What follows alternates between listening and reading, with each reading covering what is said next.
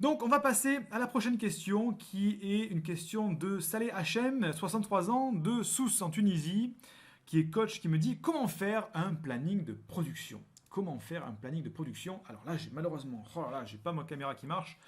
Je vais quand même vous faire ça d'une autre manière. Je vais vous ouvrir un petit Google. Vous allez voir, on va trouver des solutions. Il y a toujours des solutions avec l'informatique. Euh, Google Drawing, voilà. Et je vais vous partager mon écran. Donc on va mettre ça,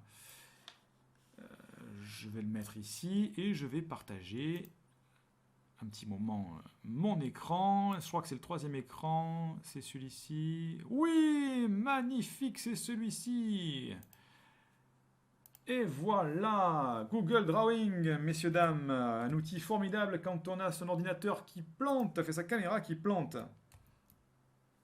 Alors, la question c'était comment mettre en place un calendrier de promotion. Donc, un calendrier de promotion, il y a deux solutions. Soit on a alors, tout d'abord, qu'est-ce que c'est qu'un calendrier de promotion? Un calendrier de promotion, c'est euh, offrir euh, vos produits. Un calendrier de promotion, c'est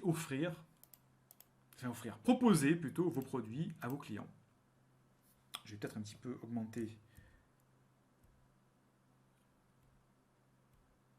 Voilà. Le zoom. Ah non, ça marche pas, c'est pas grave. On va le garder comme ça. C'est offrir des produits régulièrement à vos clients pour augmenter votre chiffre d'affaires. Alors, deux solutions s'offrent à vous. Il y a soit les promotions qu'on appelle les promotions ponctuelles. Ponctuelles, c'est-à-dire sous forme de lancement de produits. Et il y a une deuxième solution qui sont les promotions, on va dire, pas hebdomadaires, mais régulières. Voilà, je cherchais mon mot. Les promotions régulières. Et ces deux types de promotions sont très différents. Les premières promotions, les promotions ponctuelles, sont des promotions que l'on va faire grâce, par exemple, à des événements comme les fêtes de Noël, Pâques, la Saint-Valentin, etc. Mais ça peut être aussi des événements comme votre propre anniversaire, comme l'anniversaire de la création de votre entreprise, comme votre anniversaire de mariage, comme voilà. Tous les événements vont être une source d'idées pour proposer des promotions sur vos produits ou sur vos services. Mais ces promotions sont dispersées tout au long de l'année. C'est-à-dire qu'on va avoir des promotions une fois à Noël, une fois le jour de l'an, etc., etc. Donc ces promotions-là, elles doivent avoir une particularité, c'est qu'elles doivent vous permettre de générer du chiffre d'affaires pour le restant pour l'entre-promotion, on va dire. Donc vous avez une promotion 1, vous avez une promotion 2, et entre ces promotions, qu'est-ce qu'il faut faire? Il faut, vous ne vendez pas, puisque ce sont des promotions ponctuelles. Et qu'est-ce qu'il faut faire? Il faut qu'entre ces deux promotions, eh bien, votre chiffre d'affaires soit suffisant entre ces deux promotions pour pouvoir survivre, exactement. Parce que si vous avez une promotion 1, une promotion 2, mais qu'au milieu, vous n'avez rien, eh bien, qu'est-ce qu'on fait? Eh bien, l'entreprise, elle ferme et c'est terminé. On tire le rideau. Donc, voilà. Ces promotions ponctuelles doivent être très bien faites. En général, on parle de lancement orchestré, de lancement de produits. On peut avoir d'autres stratégies de marketing comme des séquences d'emails. On peut mettre, il y a tout un tas de stratégies de marketing dont je ne pourrais pas développer le contenu ce soir à mettre en place pour mettre en place des promotions ponctuelles qui vont faire beaucoup de tapage et beaucoup de bruit dans votre thématique, dans votre activité et qui va vous permettre de générer du chiffre d'affaires. De notre côté, il y a des promotions régulières qui, elles, sont soit hebdomadaires, soit mensuelles, soit journalières, ça dépend des thématiques, mais qui vous permettent de régulièrement lancer des promotions sur vos produits ou services. Et ces promotions, elles vont se faire toutes les semaines, tous les mois, ça dépend un petit peu de la régularité de vos... de la régularité ou bien de votre thématique en fait. Voilà. Et ces promotions qui sont régulières vont générer sûrement moins de chiffre d'affaires, mais vont vous permettre d'avoir ce qu'on appelle un cash flow beaucoup plus régulier.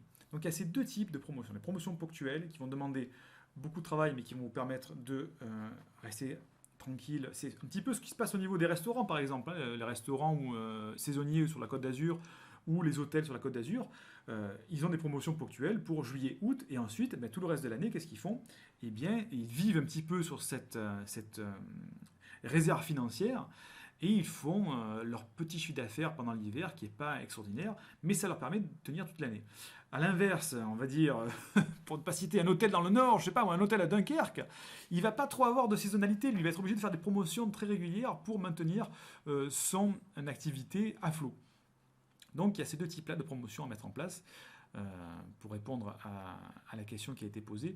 Comment mettre en place un calendrier de promotion? Eh bien, il y a deux façons. Soit des promotions ponctuelles qui vont demander une stratégie marketing assez importante, une mise en place assez importante, et les promotions régulières que l'on va faire grâce, pourquoi pas par rapport à un autorépondeur, grâce à un autorépondeur, à mettre en place des promotions par mail régulièrement pour donner du contenu et proposer vos produits ou services. Alors à ce jeu-là, comme disait tout à l'heure Sébastien Gourier d'autorépondeur, il ne faut pas franchir la ligne en faisant des promotions trop récurrentes. Donc en général, ce qu'on propose, enfin ce qu'on dit en général, c'est de garder un rapport d'à peu près 80% de contenu gratuit et 20% de contenu payant. C'est-à-dire que si vous envoyez 10 mails, il en faut 8 avec de l'information pertinente gratuite et 20 dans lesquels vous allez faire de la promotion. Et 2, pardon, dans lesquels vous allez faire de la promotion. 8 mails vous allez expliquer, par exemple, pour reprendre la thématique d'un hôtel, voilà, comment choisir une bonne chambre, qu'est-ce qu'il faut demander à la réception, quelles sont les assurances à prendre, etc. 8 mails de contenu, par exemple, et 2 mails dans lesquels vous allez faire de la promotion. Mais ça peut être très bien contenu à l'intérieur d'un seul mail, c'est-à-dire que dans un seul mail, vous avez 80% de texte qui va être du texte gratuit, et 20% à la fin, dans le PS, par exemple, où vous allez annoncer une promotion payante. Voilà. Voilà pour vous faire rapidement le tour de cette question. On pourrait développer ça pendant 3 heures, le calendrier des promotions. On ne pourra pas le faire ce soir. Mais voilà, sachez que c'est un des éléments clés d'une activité. C'est qu'on ne peut pas dire je mets en place mon activité aujourd'hui, je mets mon site internet et puis j'attends. Voilà. Ça, c'est la roulette russe de beaucoup d'entrepreneurs débutants, de dire voilà, je crée mon site ou j'ouvre mon magasin dans une rue. Et j'attends que que les vendeurs, que les acheteurs, arrivent. Ça, c'est la roulette russe. On ne peut pas se permettre ça en tant qu'entrepreneur confirmé. On est obligé de mettre en place un calendrier de promotion dès le début. C'est-à-dire que si vous commencez aujourd'hui, vous dites tiens, je commence mon activité en septembre, il faut poser un calendrier jusqu'à septembre prochain en vous disant tiens, septembre, octobre, novembre, décembre. Tiens, décembre, c'est Noël. Donc déjà, je place ce calendrier à Noël. Donc ce qui veut dire qu'un mois avant, mois novembre, je vais commencer à prévenir les gens sur tel ou tel produit. Donc j'envoie un emailing régulier en parlant un petit peu plus de ce produit-là. Septembre, c'est quoi? C'est la rentrée des classes. Est-ce que dans ma thématique, c'est intéressant que je parle de la rentrée des classes? Est-ce que je pourrais pas mettre un mail de promotion? Et voilà, vous faites tout vos calendriers comme ça tout au long de l'année en mettant vos promotions régulièrement pour relancer vos clients. Votre liste d'emailing, puisque c'est la base du web marketing, et c'est même la base du marketing tout court, puisqu'aujourd'hui, dans la vie, même si vous n'avez pas de site internet, même si vous êtes quelqu'un qui a un commerce dans la vie réelle, dans une rue, avec une vitrine, il faut faire une liste d'emails pour recontacter vos clients, ne serait-ce qu'à votre comptoir.